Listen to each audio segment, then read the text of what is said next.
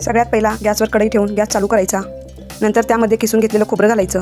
खोबरं मीडियम गॅसवर भाजून घ्यायचं। भाजून घेतलेलं खोबरं एका भांड्यात काढून घ्यायचं। नंतर त्याच कढईमध्ये 4 चमचे हरभरा डाळ घालून घ्यायची। डाळसुद्धा मीडियम गॅसवर चांगली हलकीशी डाग पडेपर्यंत भाजून घ्यायची। भाजलेली डाळ एका प्लेटमध्ये काढून घ्यायची। नंतर त्याच कढईत 1 चमचा तूप घालून घ्यायचं आणि त्यामध्ये 1 वाटी रवा घालून घ्यायचा। 2-3 मिनिटं रवा भाजून झाल्यानंतर त्यामध्येच काजू बदामाचे काप घालायचे आणि ते सुद्धा छान भाजून घ्यायचे। भाजलेला रवा, काजू बदाम भाजून घेतलेल्या खोबऱ्यावर घालून घ्यायचं आणि सर्व चांगलं मिक्स करून घ्यायचं। आता भाजून घेतलेली हरभरा डाळ मिक्सरच्या भांड्यात घालून घ्यायची। वाटून घेतलेली डाळ बारीक चाळणीने खोबऱ्यावर चाळून घ्यायची आणि सर्व छान मिक्स करून घ्यायचं। पाव चमचा वेलची पूड घालायची। थोडीशी जायफळ किसून टाकायची। नंतर त्यामध्ये पिठी साखर घालायची। आता गॅसवर तडका पॅन ठेवायचं आणि त्यामध्ये 2 चमचा खसखस घालून घ्यायची। मीडियम गॅसवर खसखस हलकीशी भाजून घ्यायची। भाजून घेतलेली खसखस तयार करून ठेवलेल्या सारणावर घालायची। खसखस घातल्यानंतर सर्व मिक्स करून घ्यायचं।